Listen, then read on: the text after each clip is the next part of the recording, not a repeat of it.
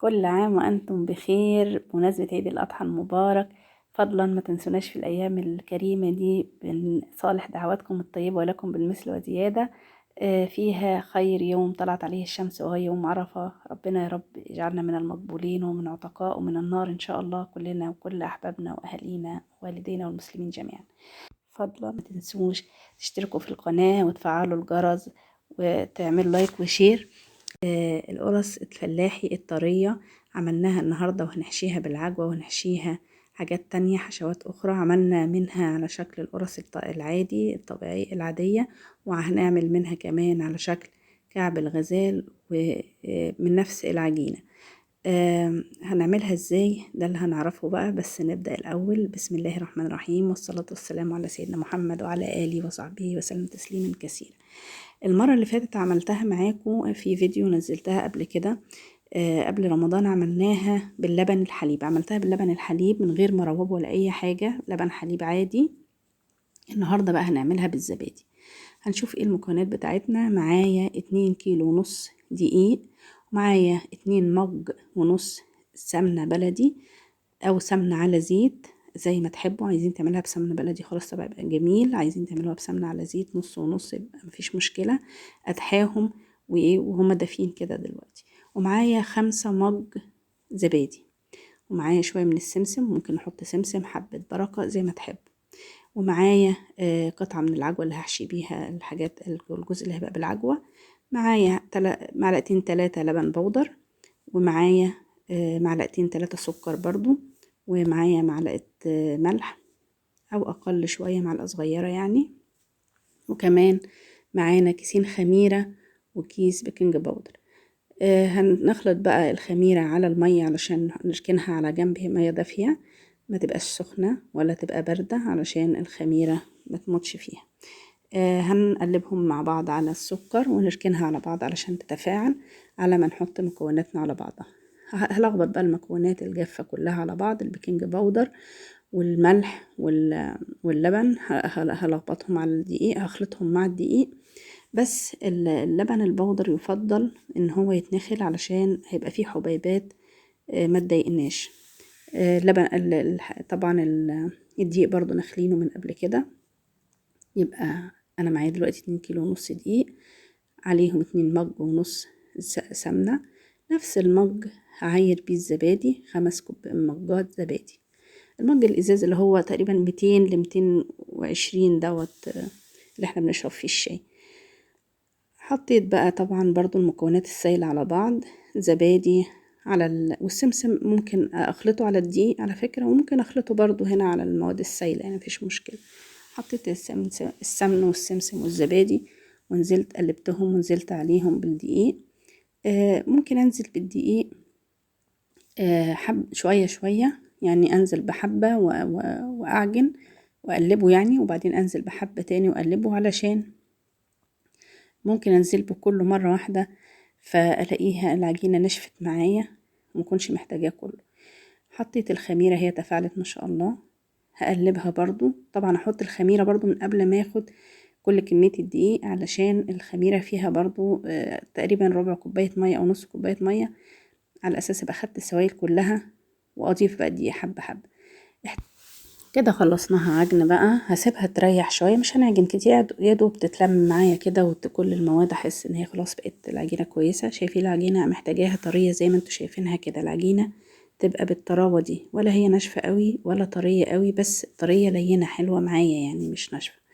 هسيبها بقى تريح 10 دقايق كده، وبعدين ابتدي اقطعها بقى كور الحجم اللي انا عايزاه، يعني اللي انتوا عايزينه دي حسب الرغبة. كبير عايزينها كبيرة شوية، عايزينها صغيرة، عايزينها متوسطة، بس الحجم المتوسط دي لان هيتحط فيها حشو كمان، فاحنا ايه هتبقى شكلها باين ان هي كبيرة شوية.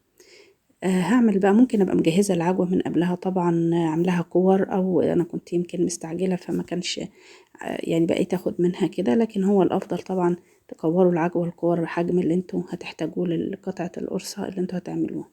العجوة طبعا بنبقى من قبلها مقلبينها في قطعة سمنة بلدي كده علشان تبقى لينة معايا وحلوة، متبقاش ناشفة ومتنشفش جوه القرص.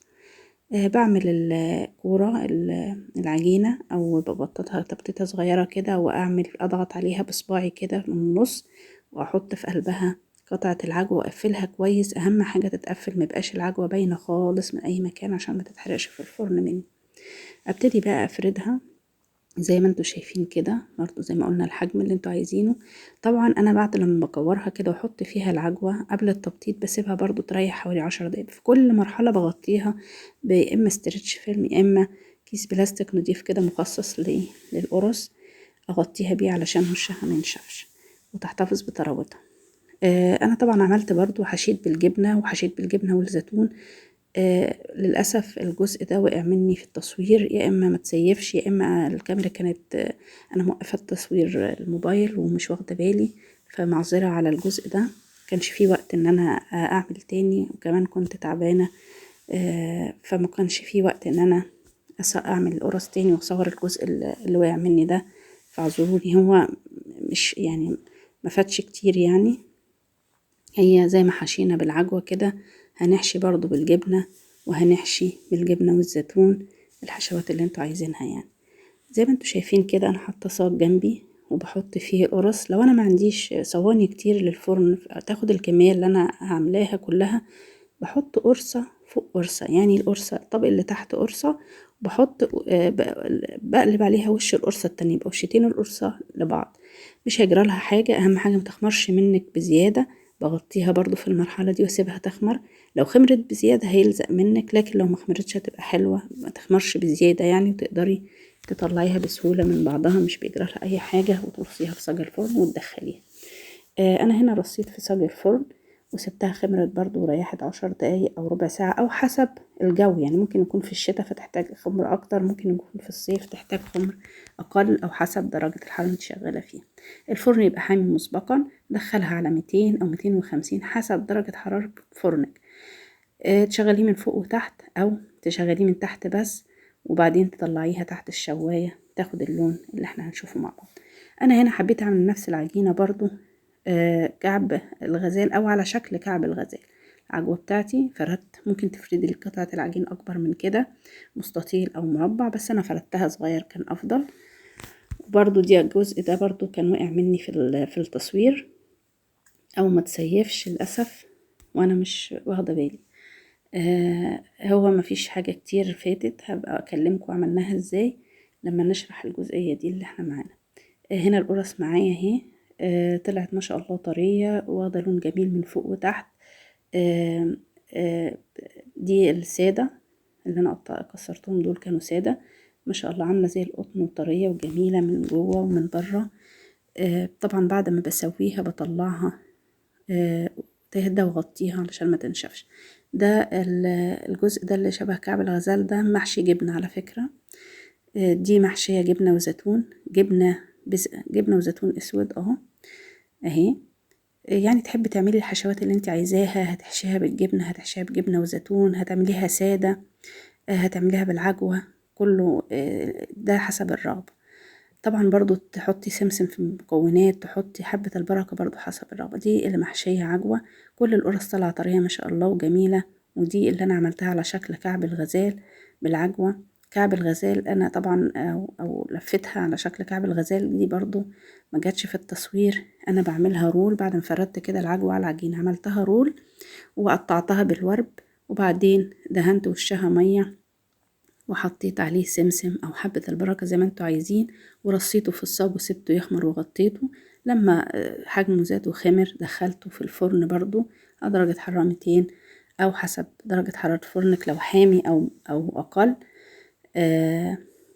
لو حامي، ولو بارد يبقى 250 لما ياخد اللون من فوق وتحت واطلعه. ده كان كعب الغزال اللي عملناه، او على شكل دي قرص اللي عملناها على شكل كعب الغزال. طبعا العجوة فيها ما شاء الله كلها، يعني شايفين الشكل من بره عامل ازاي. دي كانت وصفتنا النهاردة. طبعا العجوة برضو ملياها من جوه ما شاء الله.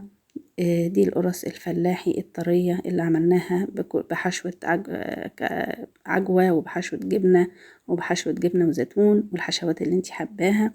ان شاء الله تكون وصفتنا النهاردة عجبتكم. ياريت تقولوا لي رأيكم في الكومنتات. ان شاء الله نشوفكم في وصفة جديدة، وكل عام وانتم بخير.